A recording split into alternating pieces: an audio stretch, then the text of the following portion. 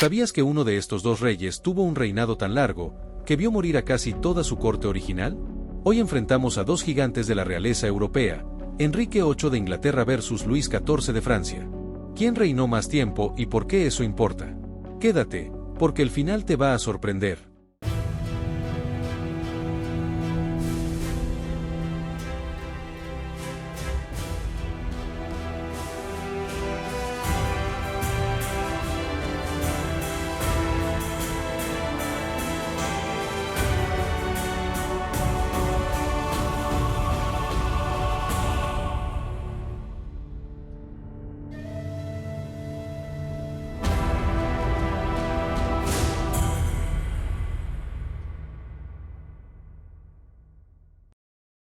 Vamos directo a los contendientes.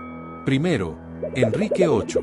Imagina a un joven príncipe inglés en pleno renacimiento, apuesto, atlético, carismático. Enrique nació en 1491, segundo hijo del rey Enrique VII y de Isabel de York. Su hermano mayor, Arturo, era el heredero al trono, pero murió joven, y fue así como Enrique, casi por casualidad, terminó convirtiéndose en rey en 1509, a los 17 años. Durante sus primeros años, Enrique era adorado por el pueblo. Le encantaban los torneos, la música y el arte. De hecho, él mismo componía piezas musicales y era todo un galán de la corte. Pero detrás de esa imagen ideal, había una ambición implacable. Enrique quería un heredero varón a toda costa, y esa obsesión cambiaría para siempre el rumbo de Inglaterra. Se casó con Catalina de Aragón, pero al no conseguir un hijo varón con ella, quiso divorciarse. La Iglesia Católica se negó y, en respuesta, Enrique hizo algo impensable, rompió con Roma, se declaró cabeza de la Iglesia de Inglaterra y se divorció. Así nació el anglicanismo. Esta decisión no solo le dio poder religioso, sino que también desencadenó persecuciones, ejecuciones y más matrimonios. En total, tuvo 6 esposas, 2 divorciadas, 2 decapitadas, una muerta al dar a luz y una que logró sobrevivirle.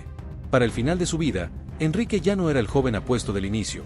Obeso, enfermo y paranoico, reinaba sobre un país dividido pero transformado por completo. Su reinado duró 38 años y 7 meses. Ahora, vamos con Luis XIV. Nació en 1638 y fue un milagro para Francia. Sus padres llevaban más de 20 años casados sin poder tener hijos. Por eso, cuando nació, fue llamado el Dios dado. Ascendió al trono en 1643, con solo 4 años, tras la muerte de su padre, Luis XIII. Obviamente, no podía gobernar siendo un niño, así que el poder recayó en su madre, Ana de Austria, y en el cardenal Mazarino. Durante su infancia, vivió una gran crisis política conocida como la Fronda, una rebelión de nobles y parlamentarios que marcó profundamente al joven Luis. A los 23 años, tras la muerte de Mazarino, Luis tomó el control total del gobierno, y no lo soltó jamás. Luis XIV creía que el rey debía tener todo el poder.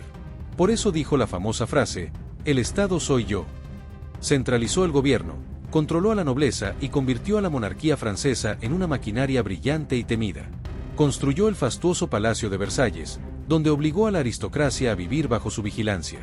Vestirse, comer, hablar, todo estaba reglamentado por el protocolo real. Fue un amante del arte, el teatro, la música, y convirtió a Francia en el epicentro cultural de Europa. Pero también libró guerras costosas y dejó al país en crisis al final de su vida. Su reinado fue tan largo que vio morir a su hijo, su nieto y su bisnieto. Gobernó durante 72 años y 110 días, el reinado más extenso de cualquier monarca europeo. Hasta ahora ya sabemos que los dos fueron figuras clave de sus respectivos países, pero si hablamos de duración en el trono, hay un claro vencedor. Luis XIV de Francia gobernó durante 72 años y 110 días, desde 1643 hasta 1715. Fue coronado rey a los 4 años, aunque no asumió el poder total hasta los 23. Aún así, su reinado completo es reconocido desde el momento de su ascenso. Es considerado el monarca con el reinado más largo documentado de la historia europea. En cambio, Enrique VIII reinó durante 38 años y 7 meses, desde 1509 hasta 1547. Un tiempo muy significativo, especialmente en el contexto de las constantes amenazas políticas, guerras y enfermedades de la época, pero aún así, bastante menor que el de Luis XIV.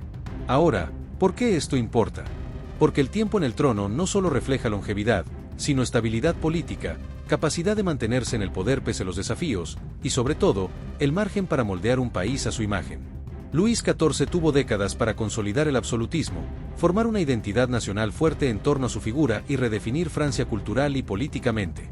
Su influencia penetró en la arquitectura, el arte, la moda e incluso en la forma en que otras monarquías se veían a sí mismas.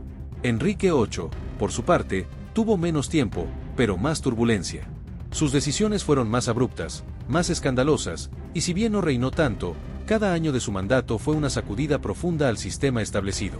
En resumen, Luis XIV ganó en duración, pero esa duración no fue solo una cifra. Fue la base de una era completa, la era del Rey Sol. Y eso lo cambia todo. Una cosa es gobernar muchos años, y otra muy distinta es dejar huella. Aquí es donde la historia nos obliga a matizar. Enrique VIII, con su decisión de romper con la Iglesia Católica y fundar la Iglesia Anglicana, provocó un terremoto religioso que se sintió durante siglos. Inglaterra dejó de responder al Papa, y esa independencia eclesiástica no fue momentánea. A día de hoy, la Iglesia Anglicana sigue siendo la oficial del Reino Unido, con el monarca británico como su cabeza visible. Además, su figura encarna una época de grandes transformaciones legales, matrimoniales y culturales en Inglaterra. Sus múltiples matrimonios, sus juicios, sus leyes, todo él es sinónimo de una Inglaterra que rompía con la Edad Media. Por otro lado, Luis XIV también marcó profundamente el rumbo de Europa. El absolutismo que encarnó esa idea de que el rey lo es todo, incluso por encima de la ley, alcanzó su máxima expresión bajo su mandato. Versalles, su palacio, no era solo una residencia, era un símbolo. Un recordatorio de que todo giraba alrededor del Rey Sol. Su estilo de gobierno influyó en otras monarquías europeas, que quisieron imitar su fastuosidad, pero también encendió el malestar que, generaciones después, desembocaría en la Revolución Francesa. Entonces, ¿quién dejó un impacto más duradero?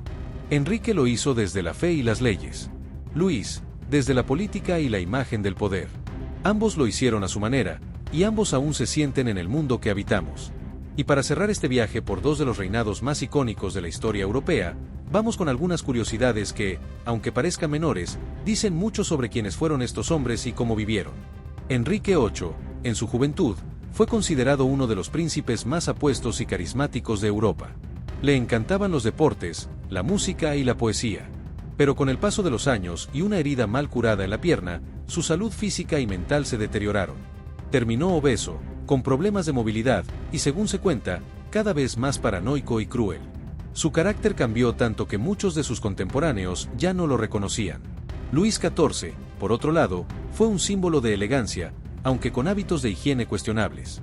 Se dice que solo se bañó unas cuantas veces en toda su vida. En la corte de Versalles, los perfumes y polvos eran esenciales, no solo como adorno, sino para cubrir los olores. Aún así, él imponía moda y etiqueta como nadie.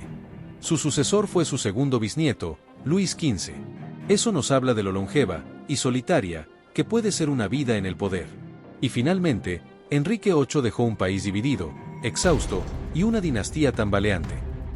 A su muerte, su hijo Eduardo VI era un niño enfermizo, y tras una breve y trágica sucesión, Inglaterra entró en otra etapa de conflicto religioso y político. Pequeños detalles, pero que completan el retrato humano de estos dos titanes de la realeza.